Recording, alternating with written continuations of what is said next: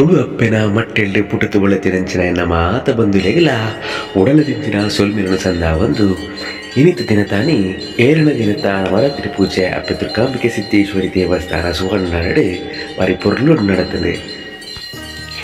ಏಳನೇ ದಿನದ ನವರಾತ್ರಿ ಪೂಜೆಗೆ ಇನಿ ಎನ್ಮ ಜನದ ನವರಾತ್ರಿ ಪೂಜೆ ಮುಲ್ಪ ನಡೆತದೆ.